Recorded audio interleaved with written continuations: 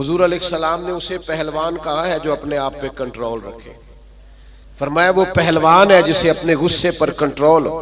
اپنے آپ کو سنبھالے سارا کچھ ٹھیک ہو جائے. اپنے جذبات کو سنبھالے سارا کچھ ٹھیک ہو جائے. یعنی آپ بلا وجہ کسی کے بارے میں کہہ رہے ہیں کہ وہ بڑا ہو گیا ہے, وہ اب مشہور ہو گیا ہے, وہ اب آگے نکل گیا ہے, وہ میری بات نہیں سنتا. ایسا نہیں ہے, کچھ تو مجبوریاں رہی ہوں گی. یوں ہی کوئی بے وفا نہیں ہوتا. آپ تھوڑا سا نا موقع دیں, آپ چیزوں کو سمجھیں اور تھوڑا نا اپنے اوپر توجہ دیں کہ میں نے اپنے آپ کو کنٹرول میں رکھنا ہے, میں نے اپنے آپ کو سمجھانا ہے. بڑے بڑے مہنگے مہنگے ہوٹلوں میں لوگ جاتے ہیں اور دوسروں کو جاتا دیکھ کر پریشان بھی ہوتے ہیں. مجھ سے ایک دوست نے پوچھا آپ نے بڑی جگہ دیکھی, مزہ کہاں آیا؟ میں نے کہا وہ جب اماں نہیں ہانڈی پکاتی تھی اور کہتی تھی کہ کھانا لے کے آیا نہیں جاتا, یہ بیٹھنے کے لیے کوئی چیز لے لے اور یہاں میرے قریب ہی آ جا. اور پھر وہ سالن دیتی دفعہ یہ بھی کہتی تھی اکو باری ملنا ہی دوبارہ نہ منگی. وہ جو لطف ہے وہ دنیا کے کسی 5 سٹار ہوٹل میں میسر آتا.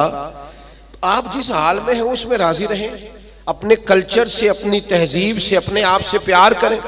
بھئی جس کو اللہ, وہ جی میرا کوئی رشتہ دار نہیں, جس کو اللہ نے تیرا چاچا بنایا تو کیسے انکار کرتا ہے؟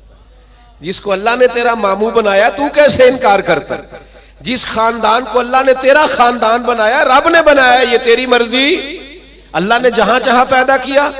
الجھے نہیں, پریشان نہ ہو, اپنے آپ کو تکلیف میں نہ ڈالیں, بڑی سمجھداری کے ساتھ. پتہ ہے آپ کو لوگ جب لوگوں کو پریشان کرتے ہیں تو پریشان کر دیتے ہیں, چڑھا چڑھا کے پاگل کر دیتے ہیں. وہ لکھا ہے شیخ نے کہ ایک تاجر کی دکان بڑی اچھی چلتی تھی تو باقی تاجروں نے سوچا کہ اسے کسی طریقے سے بیوقوف کر دیا جائے. معاذ اللہ استغفر اللہ, سازش کی. وہ صبح صبح جب دکان کھولنے کے لیے آیا تو اس نے سفید امامہ پہنا ہوا تھا اور اس نے نیلے رنگ کا سوٹ پہنا ہوا تھا. تو پہلا تاجر ہی اسے دیکھ کے کہنے لگا ماشاءاللہ سفید لباس پر آپ کا یہ کالے رنگ کا امامہ کتنا پیارا لگ رہا ہے. اس نے کہا پاگل ہو گئے ہو, میرا تو یہ سفید رنگ کا ہے. تیسرا بھی ملا تو اس نے کہا کالے رنگ کا امامہ کیسے لگ رہا ہے؟ اس نے یہاں سے آگے کر کے دیکھا کہ یہ تو وائٹ ہے. پھر اس نے کہا, چوتھے نے کہا, پانچویں نے کہا, تو بندہ ذہنی طور پہ الجھ گیا.